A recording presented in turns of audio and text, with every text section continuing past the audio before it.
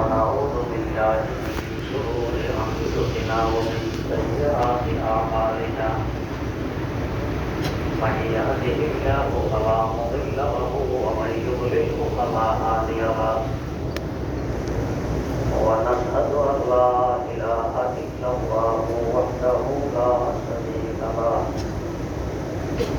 ونشهد أن سيدنا ونبينا ومولانا محمدا عبده ورسوله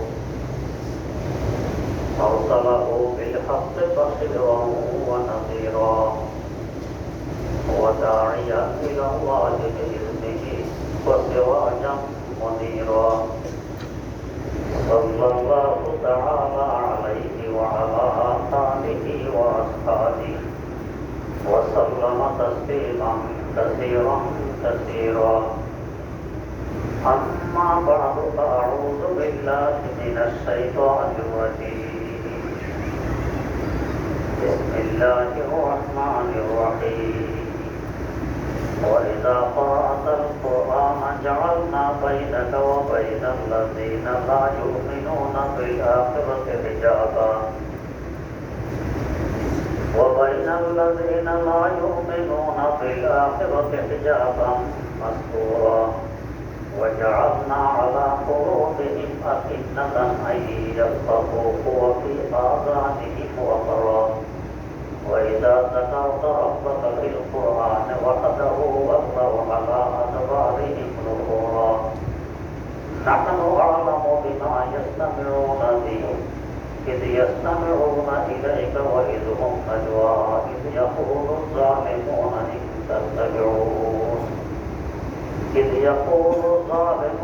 إن تتبعون إلا رجلا مسحورا انظر كيف ضربوا لك الأمثال فضلوا فلا يستطيعون سبيلا وقالوا أإذا كنا عظاما ورفاتا أإنا لمبعوثون خلقا جديدا صدق الله مولانا العظيم.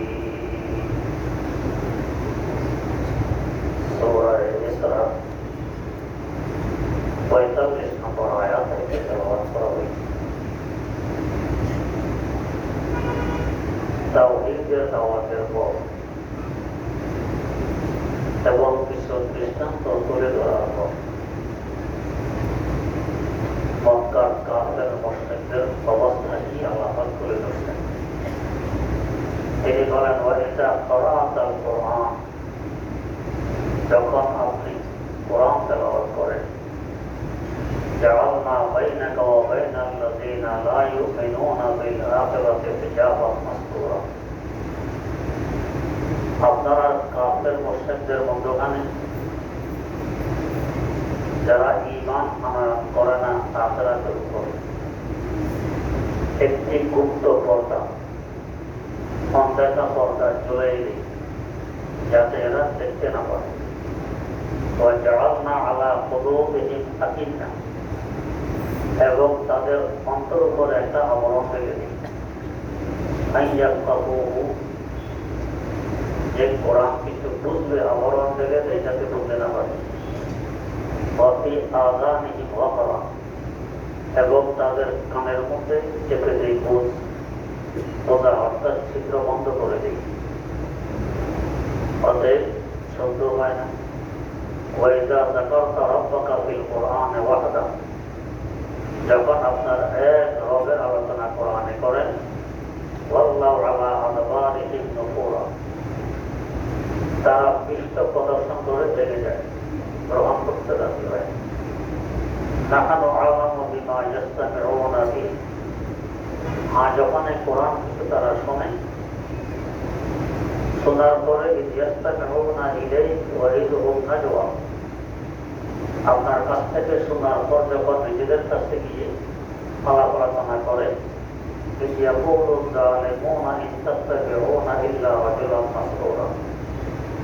তখন এই কাফের মুশরিক জালেমরা যারা ঈমান আনয়ন করেছে তাদেরকে বলে যে একটা ব্যক্তিকে জাদু করা হয়েছে, এই জাদুকৃত ব্যক্তির অনুসরণ তোমরা করছো আর মানুষ পাওনে অনুসরণ করছো।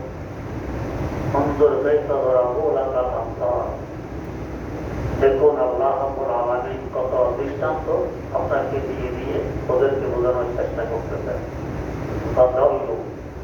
এরপর তারা ভ্রষ্ট, আল্লাহ ইয়াস্তাতিউনা সাবিলা, এরা সঠিক রাস্তা পাওয়ার যোগ্যতা রাখে না।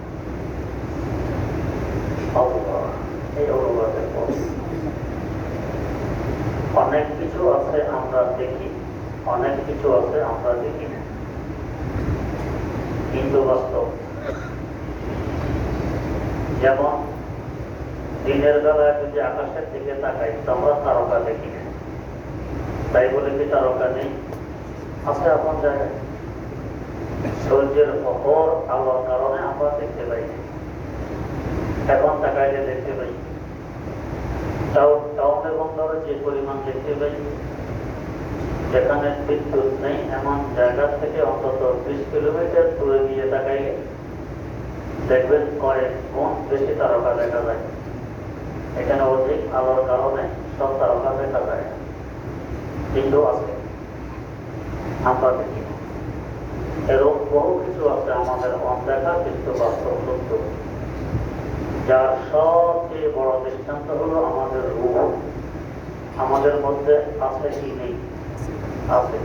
না থাকলে তো আমরা বুঝতে আছে বিধে তো আমরা চিন্তা, কিন্তু আজ পর্যন্ত কেউ কারো রূহ দেখেছে? কেউ দেখে।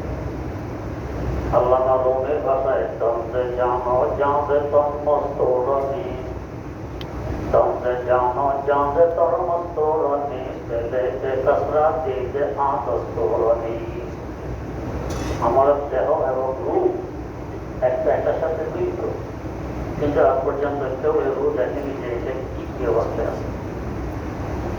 এখানে আমি শুনেছি আপনাদেরকে, আমার মেজু ভাই জনাব ডক্টর আবু ইউসুফ প্রফেসর ছিলেন সার্বাঙ্গী, উনি একদিন শুনে গেছেন ইউরোপে কিছু ডাক্তার একত্রিত হয়ে চেষ্টা করলেন যে মানুষদের মারা যায় দেহ থেকে কি বের হয় এটা আমরা দেখব।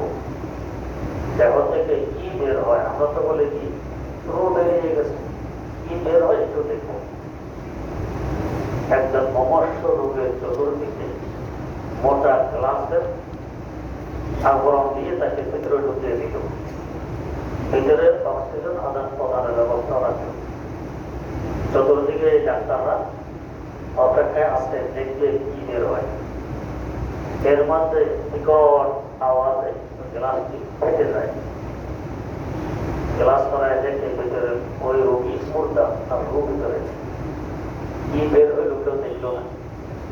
চেষ্টার পরেও এটা দেখা যায় না, কিন্তু বিশ্বাসটা করা লাগবে, না হয় আমি জিন্দগি ভাবে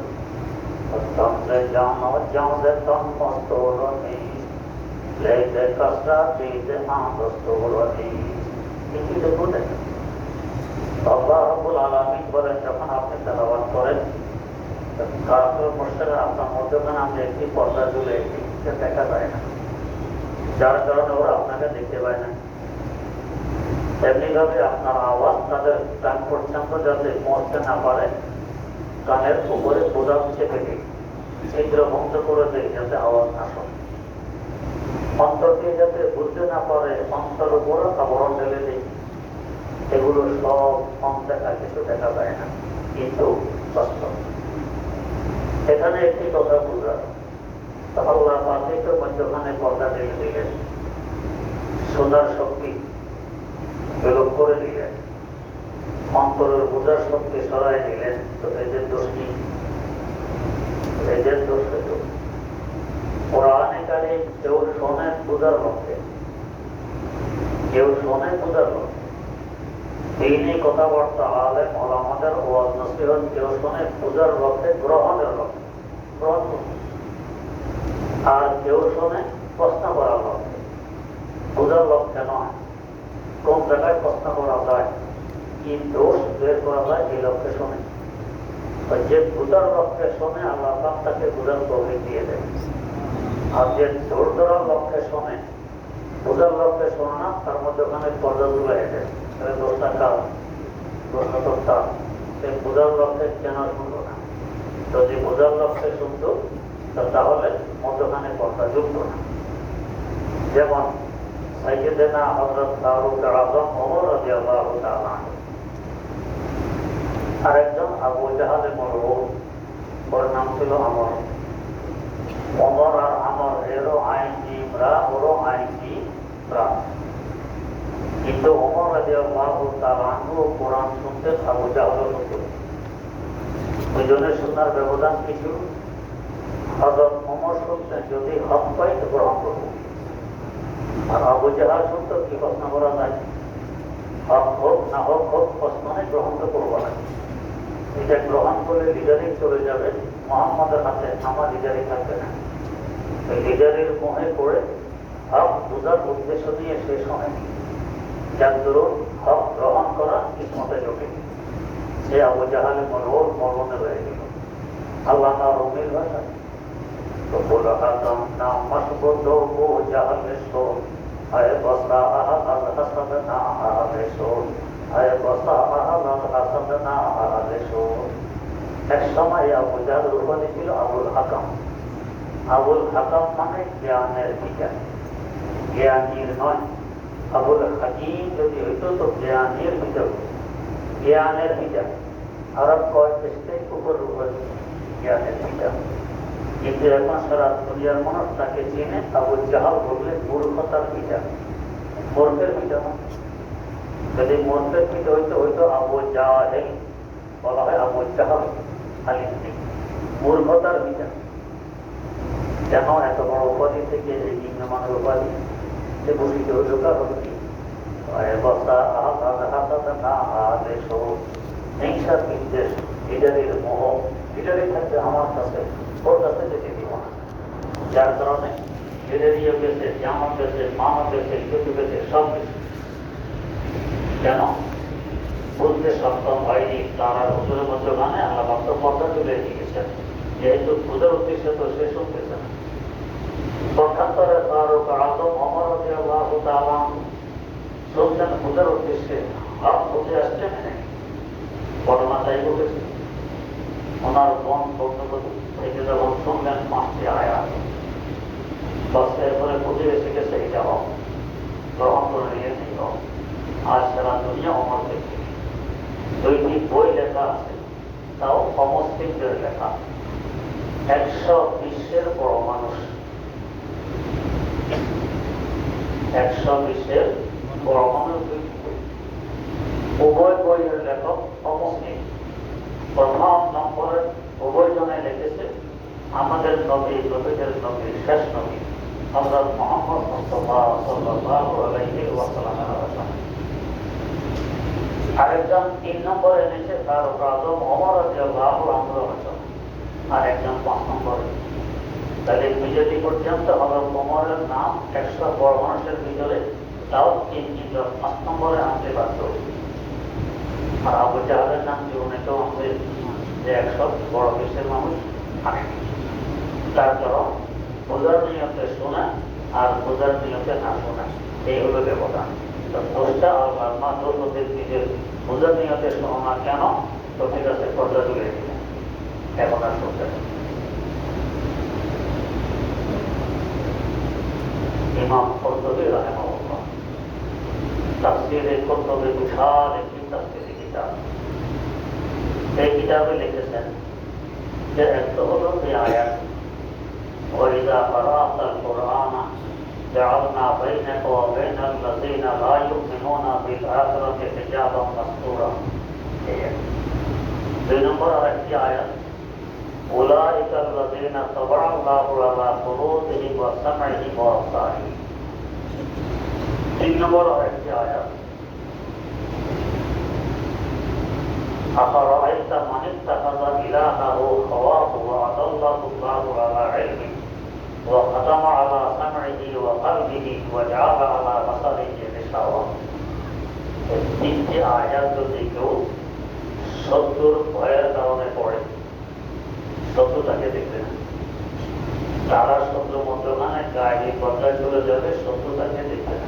3টি আয়াত পড়ে। এই হাদিসটি বর্ণিত হযরত কাব আহবার রাদিয়াল্লাহু তাআলা আনহু। উনি বলেন যে আমি একবার এক লোককে হাদিসটি শুনাইলাম। এরপরে থেকে সেই লোক গিয়েছিল রোমের খ্রিস্টানরা তাকে দাওয়া করে, কিন্তু সে তাদের আশেপাশে চলাফেরা করে, যেটা তারা দেখতে পায় না যে 3টা আয়াতের উপরে আমলের বরকত। শত্রু আছে আশেপাশে, তাকে ধরবে, শাস্তি দিবে কিংবা হত্যা করবে, কিন্তু আয়াতের বরকতে উনি আর ওই কাফেরদের মধ্যখানে কথা চলে গেছে, তারা দেখে না। ইমাম কুরতুবী রাহিমাহুল্লাহ তাআলা বলেন, আরেকটি আয়াত আছে সূরা ইয়াসিনের মধ্যে, ওয়াজআলনা বাইনা আইদিহিম ওয়া মিন খালফিহিম সাদদা ওয়াজআলনা মিন বাইনি আইদিহিম ওয়া মিন খালফিহিম সাদদা। এই আয়াত যদি কেউ বারবার পড়ে তো শত্রু তার কাছে থাকা শত্রুতাকে দেখে না, দেখতে পায়, বারবার পড়ে।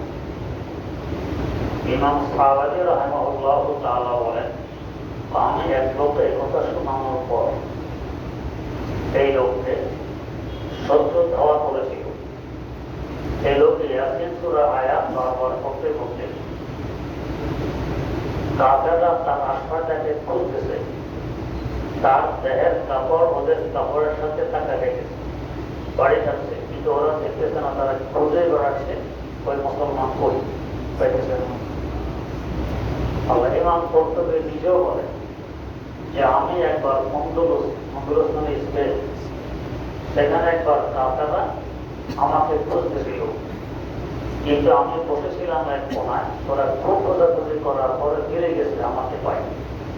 এই আয়াতগুলো তেলাওয়াতের বরকতে বোঝা গেছে পর্দা এখনো মধ্যখানে পড়ে, আমরা দেখি না, দেখার মতো চক্ষু আমাদের নেই, সেই যোগ্যতা আমাদের নেই। তেমনিভাবে অনেক কথা কেউ শোনে, কেউ শোনে না। আপনি কোন এক কাজে খুব মগ্ন, আপনার সামনে দিয়ে খুব দৌড়বাদ্য মিছিলটা দিয়েছে, আরেকজনকে জিজ্ঞেস করবার মিছিলটা কোন দিকে গেল, কই এই যে এতক্ষণ চিন্তা দিতে গেল, কে জানে, আমি তো শুনে কান আছে পাশে নিয়ে গেছে, তারপরও শোনেনি। কেন শোনেনি?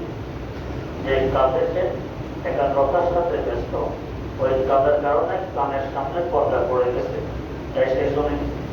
চোখের সামনে পর্দা পড়ে, তাই সে দেখে না।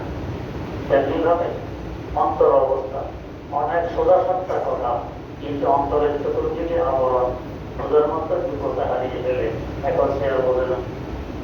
কত সহজ সহজ কথা কাফের মুশরিক এক নাস্তিক বাগদাদ এসে চ্যালেঞ্জ করে, আল্লাহ খোদা বলতে কিছু নেই, কিন্তু তার শর্ত হল তার সাথে বহস করতে হলে চুক্তি লাগবে। সে তো নাস্তিক, কোরআন হাদিস তো সে মানে না। এখন এই যুক্তি দিয়ে তার সাথে টিকা তো সাধারণ কথা নয়, কোরআন হাদিস দিয়ে টিকা সহজ, যুক্তি দিয়ে টিকা করবে। এক যুক্তি দিলে সে আরেক যুক্তি দিয়ে সে খণ্ডন করতে পারে। যেমন আপনারা শুনেছেন হযরত ইমাম রাফি রাহমাতুল্লাহ মুরিদ হতে এসেছিলেন হযরত নাজমুদ্দিন সুবরা রাহিমাহুল্লাহ তাআলা। উনি কোন এক কারণে মুরিদ হননি, উনিও মুরিদ করেন, দেখা সাক্ষাৎ হয়েছে। যখন ওনার ইন্তেকাল হয়, ওই দিন বিকেলে নাজমুদ্দিন সুবরা রাহিমাহুল্লাহ তাআলা ওযু করছিলেন। আগে এক লোটা দিয়ে ওযু শেষ হয়, আজকে কয়েক লোটা ধরে হচ্ছে ওযু শেষ হয় না।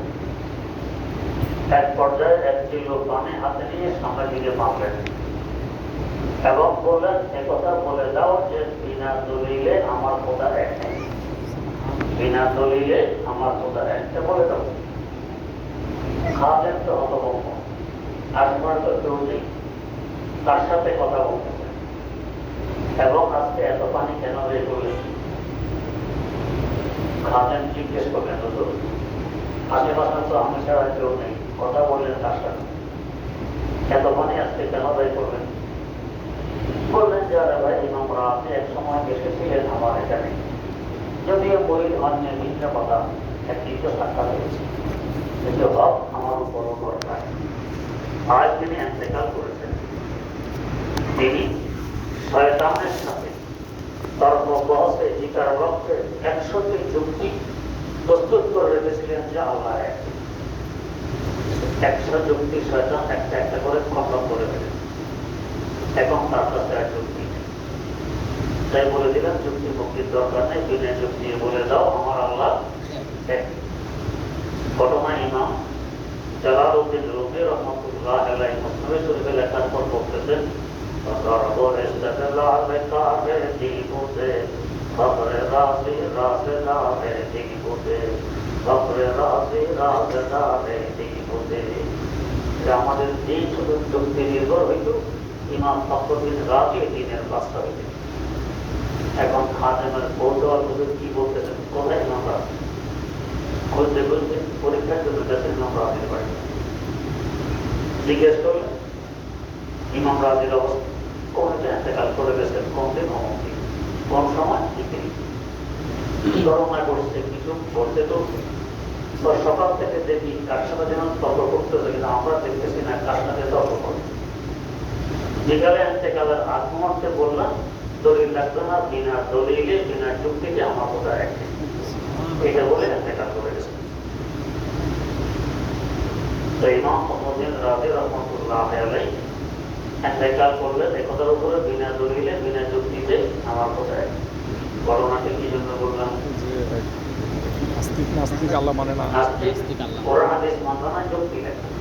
আমাদের দিন যুক্তি নির্ভর নয়, মুক্তি নির্ভর। এখন এই যুক্তিকে তার সাথে পেল এই যুক্তির বাদশা আমাদের ইমাম, ইমামদের ইমাম, সবচেয়ে বড় ইমাম হযরত ইমাম আবু হানিফা রাহিমাহুল্লাহ, ওনাকে সংবাদ দেয়া হলো এরকম এক নাস্তিক চ্যালেঞ্জ করতে, যুক্তি দিয়ে তার সাথে আল্লাহকে একদম প্রমাণ করা লাগবে। আচ্ছা আমি আসতেছি। খলিফা মনসুর জামান, খলিফা অপেক্ষায় আছে, ইমাম আজম আসবে, দেখি কে হারে কে। সব মানুষ অপেক্ষায়, ইমামটা আসতেছেন না। দীর্ঘ সময় অপেক্ষার পর নাস্তিক দাঁড়ায় বল বানায়, দেখছো তোমাদের সবচেয়ে বড় ইমাম, সবচেয়ে বড় আলেম, সবচেয়ে বড় জ্ঞান ভয় পেয়ে গেছে, যুক্তি দিতে পারবে না, আপনার তো আল্লাহ কোথায় কিছু নেই, প্রত্যেকে যুক্তি দিয়ে প্রমাণ করবে, সে তো আসবে না, তাকে আসবে না। মানুষের একটু চিন্তিত করোনা সত্যই কিনা। যাই হোক, অনেকক্ষণ পরে তিনি আসেন, তার কৌশল আসার পরে নাস্তিক বলে তোমার সাথে তর্ক পরে হবে, আগে কৈফিয়ত দাও, এতক্ষণ বেদিকানা করেছ, এতগুলো মাংস অপেক্ষা করেছে। তো বললেন যে দেখো ভাই, আমার বাড়িতে নদীর ওই পাড়ে, আমি সময় মতো রওনা করেছি, নদীর পাড়ে এসে দেখি কোনো পোল কালপাট ব্রিজ তো নেই, অন্য কোথাও কিছু নেই, আসে কিভাবে ঘরে বসে আছি, কোনো নৌকা আসলে ওই নৌকাওয়ালাকে বললে আমাকে এই পাড়ে থেকে দিয়ে অপেক্ষা করবে। এর মধ্যে দেখতেছি নদীর পরে একটা গাছ, এটা অটোমেটিক গাছটা কেটে গেছে, কাটার পরে দেখি অটোমেটিক চিরের তক্তা হয়ে গেছে। এরপর দেখি নদীর নিচ থেকে তার কাটা বেরিয়ে আসছে, অটোমেটিক তার কাটা দিয়ে একটা তক্তার সাথে একটা তক্তা জোড়া লেগে যাচ্ছে। এরপর দেখতেছি নদীর ভিতর থেকে আলকাতরা বেরিয়ে পুরো নৌকা আলকাতরা দিয়ে দিল। বস নৌকা দিয়ে আমি লাভ দিয়ে নৌকায় উঠলাম, মাটি নেই, বাংলা নেই, কিছু নেই, নৌকা সোজা এই ঘরে এসে ফিরল। আমি চলে আসলাম। এই যে গাছটা কাটলো, চিনলো, তক্তা হলো, তক্তা জোড়া লাগলো, নৌকা হইল, আলকাতরা লাগলো, আবার চললো, এই কারণে একটা খন্তি। নাস্তিক তো এখন আরো বড় কথা, দেখছো তোমাদের ইমাম কি বলতেছে, তো পাগলের বলা। গাছ তখন একা একা কাটে, মিস্ত্রি গলার টানা ছাড়া কিংবা কুয়ালওয়ালা কুয়াল মানা ছাড়া, আর করার ছাড়া গাছ একা একা ছিঁড়ে, মিস্ত্রি ছাড়া তক্তা একা একা জোড়া নেয়, আর নদীর তলা থেকে আলকাতটা একা একা ওঠে, মাঝে মামলা ছাড়া নদী একা একা চলে। এই পাগলের বাবা করতেছে, এর সাথে কিসে তো ইমাম সাহেব আবার বললেন, তাহলে সামান্য একটা নৌকা, এটা যদি একা একা বলতে না পারে, একা একা চলতে না পারে, এই বিশাল রাজ্যে তোমার দৃষ্টিতে পড়ে না, এটা একা একা এনে চলে। এই বিশাল সূর্য, চন্দ্র, গ্রহ, নক্ষত্র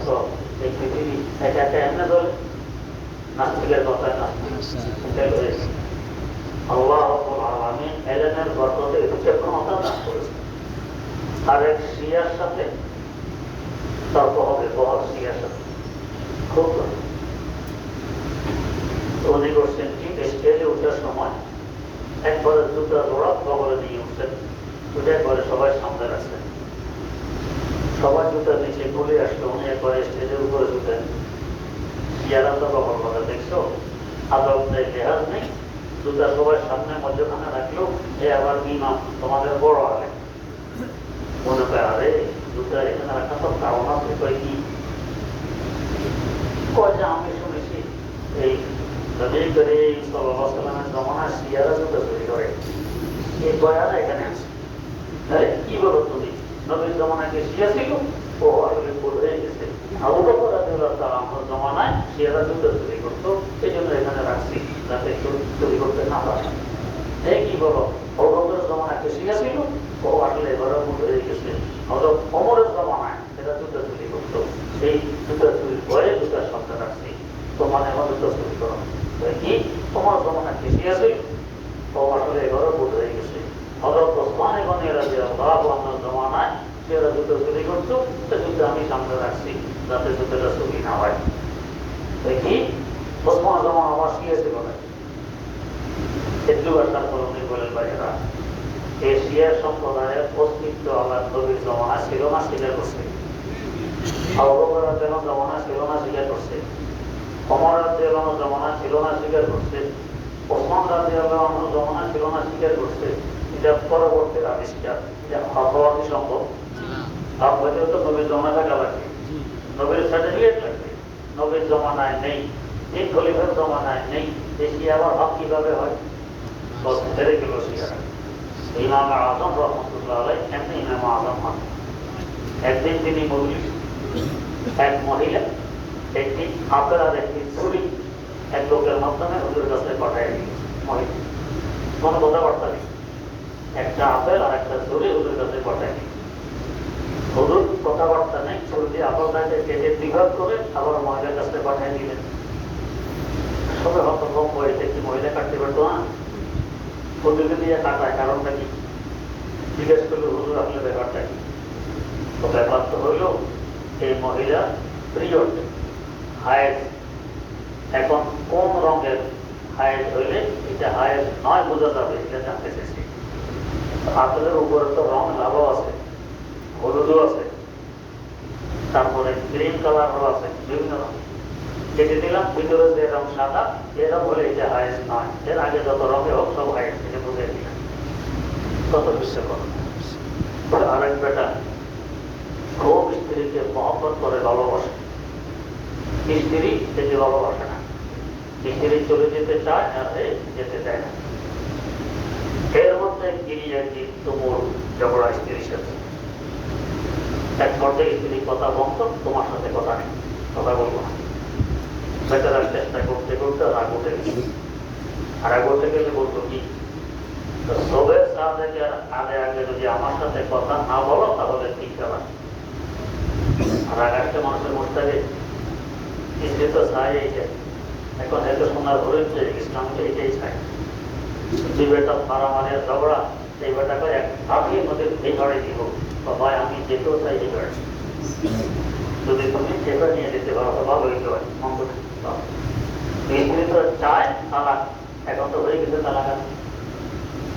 যাওয়ার পরে হুঁশ আসে, আমরা কি করি, এক ছেলায় 1 তালাক, 2 তালাক, 3 তালাক, 4 তালাক, 10 তালাক, 7 তালাক, 14 তালাক, 22 তালাক, 20 তালাক, 24 তালাক। আগে দেশের লোকে বোঝে না, নকলে কমিলে সবজিকে বলে হুই, তো হুই তালাক, এর কম দামের বস্তু, তার মানে কম দামে তালাকও দিয়ে দিলেন।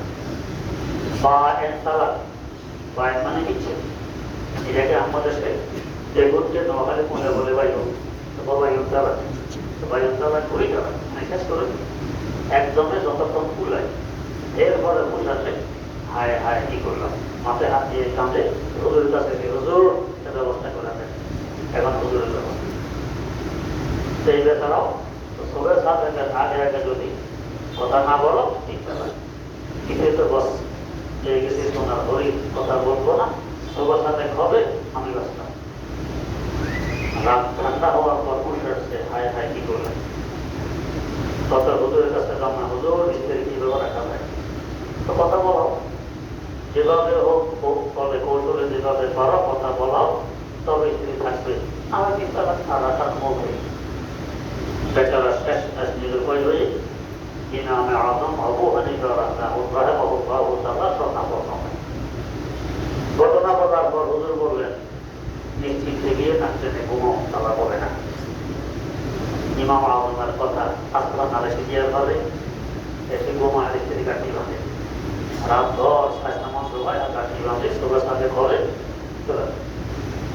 এই হাতে ওই এলাকা মসজিদের মুয়াজ্জিনকে হুজুরে ডাকলেন, ইমাম আযম সাহেব, যে বলে মুয়াজ্জিন সাহেব আজকে একটা কাজ করতে হবে। তো কি, তো সবের সাথে ঘন্টাখানেক আগে একটা আযান দিবেন, আর সবাই হলে পরে আবার দিবেন। হুজুর দিবার আযান এখন বলা যাবে না, পরে বলা যাবে, পরে বলবো, এখন আযান দিবেন। ইমাম আযমের আদেশ, সবার সাথে 1 ঘন্টা আগে দিয়েছে আল্লাহ। আযানের আওয়াজ শোনা মাত্র স্ত্রী তো খুশি, বস আমাদের ছুটে গেলাম, লাঠি করতে হাতে নিয়ে স্বামীকে ওঠে, আমি গেলাম, সালাম, আমি গেলাম। স্বামী তো চোখ লোক, হায় হায় হায়, বুঝলো আমার ধোকা দিয়ে দিল, আযানের আওয়াজ তো শোনা যাচ্ছে, তালাক তো হয়ে গেছে, দৌড়ে গেছে হুজুর কাছে, হুজুর আমাকে একটা বড় ধোকা দিলেন, তুমি ধোকা দিলাম, তো তালাক তো হয়ে গেছে। কয় না, হয় নাই কেউ, নিজ কানে আযান শুনেছি, এরপরে সে আমাকে ঠেলা মারে বলছে, এই ওঠেন, গেলাম, সালাম। আযানটা পরে তো কথা বলছে, আগে তো বলে নাই। কিন্তু মুয়াজ্জিন সাহেবকে ডাকো, সাথে তোমার স্ত্রীকেও ডাকো। বেচারা গেছে, স্ত্রীও গেল, মুয়াজ্জিনও গেল। এই স্বামী স্ত্রীর সামনে হুজুর জিজ্ঞেস করলেন মুয়াজ্জিন সাহেবকে, মুয়াজ্জিন সাহেব আযান কখন দিয়েছেন? হুজুর সুবহা থেকে ঘন্টাখানেক আগে। স্ত্রী কয়, হায় হায় হায়, কি করলেন? হুজুর গায়া তো হারাই দিলেন, কথা তো হয়ে গেছে, তালাক তো হলো না। এই মিথ্যে কথা বার্তা কাকে দিয়েছেন? ইমাম আযম আবু হানিফা রাহিমাহুল্লাহু তাআলাকে দিয়েছেন, এলাকার তর্ক, ওটা বিক্রি তর্ক। আল্লাহ, যখন কোরআনে কারীম তেলাওয়াত হয়, বোঝার নিয়তে, মানার নিয়তে যদি কেউ শোনে, তো তার প্রভাব পড়ে। আর যদি নির্দেশের নিয়তে, প্রশ্ন করার নিয়তে, আটকানোর নিয়তে কেউ শোনে, কোনো প্রভাব পড়ে না, হয়তো অনেক পর্দা পড়ে যায়। এখন সে দেখেও না, শোনেও না, বুঝেও না। وجعلنا على قلوبهم أكنة أن يفقهوه وفي آذانهم وقرا وإذا ذكرت ربك في القرآن وحده। যখন আপনার রবের আলোচনা করেন কোরআন তেলাওয়াতের মাধ্যমে, এক প্রকারে কর্তব্যদের প্রদর্শন করে এটা দেখে যায়। তার মানে মানার উদ্দেশ্যে তো সময় নয়, শুনছে কোনো প্রশ্ন করতে পারে, আটকাতে পারে। نحن أعلم بما يستمعون به إذ يستمعون إليك وإذ هم نجوى إذ يقول الظالمون إن تتبعون إلا رجلا مسحورا। আল্লাহ বলেন, যখন তারা কোরআন আপনাকে শোনে, আপনাদের যখন তেলাওয়াত শোনে, কোরআন শোনে, আমি ভালো করে জানি। এটা শোনার পরে নিজের সঙ্গভঙ্গর সাথে যখন আড্ডায় বসে, তখন বলে কি, এই সমস্ত যারা মুসলমান হয়েছে, ঈমান গ্রহণ করেছে, এরা একজন জাদুগ্রস্ত লোকের অনুকরণ করতেছে। এটা তো জাদু করা হয়েছে। এখানে প্রশ্ন, রাসূল আকরাম সাল্লাল্লাহু আলাইহি ওয়াসাল্লাম জাদু করা হয়? জাদু করা হয়। কোরআনে কারীমের শেষ যে সূরা যে ব্যাপারে অবতীর্ণ হয়েছে, এক ইহুদি মহিলা ওদের উপরে জাদু করেছিল, ওদের দ্বারা প্রভাবান্বিত হয়েছেন, অসুস্থ হয়ে পড়েছেন। এই জসুরার ব্যাপারটা আবার পুরোকে আবার সুস্থ করে দিয়েছেন। নবীর উপর যদি জাদুর প্রভাব পড়ে, তা আমাদের হিসাব আমাদের উপরও প্রভাব পড়তে পারে। এই জন্য বাঁচার লক্ষ্যে 3টি আমল, একটি হল মাগরিবের পর এবং ফজরের পর আউযু বিকালিমাতিল্লাহি তাম্মাতি মিন শাররি মা খালাক, তিনবার পড়ুন।